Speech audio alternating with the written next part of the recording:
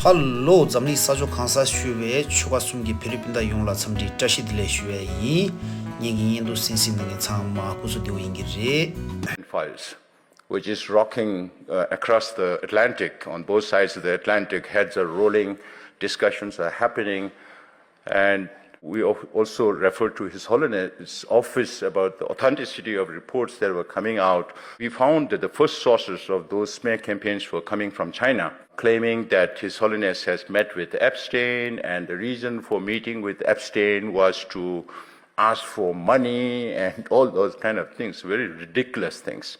His Holiness, the Dalai Lama's office had come out with a statement 3 days ago that His Holiness has never met Epstein. There was no communication whatsoever.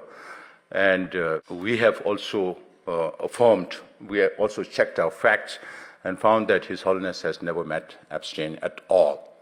And this is the truth. China is using that to smear His Holiness' image.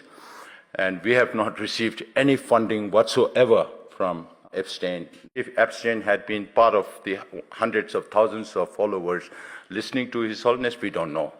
But otherwise, there is no relation with Epstein, and it's a smear campaign originating from China. His Holiness lives a very simple Buddhist monk's life. He traveled around the world, but he never charged any fee for his appearances, never ever, neither in India or in any parts of the world. Of course, when you in India, it's all sponsored programs by devotees.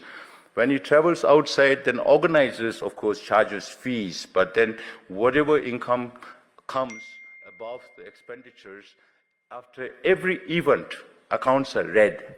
And whatever balance money is there, it's given for charities. His Holiness even gave up all the money from the Nobel Peace Prize to organizations.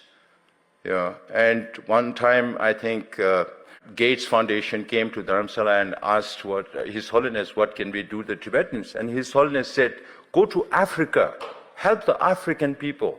There are many who don't have food to eat. And that's how His Holiness thinks. He never asked anybody for money. And His Holiness never makes money for himself also. Most of the offerings are returned back. And except for the expenses for the private office, every other penny goes for charities. So His Holiness is not a rich man. He lives a very simple Buddhist monk as per the principles of Buddhism. So this is something I wanted to make clear at this conference, even though it's not directly connected to these are issues that keep coming up, and I thought this is a good platform to clarify this, aside from the statement that came from His Holiness' office.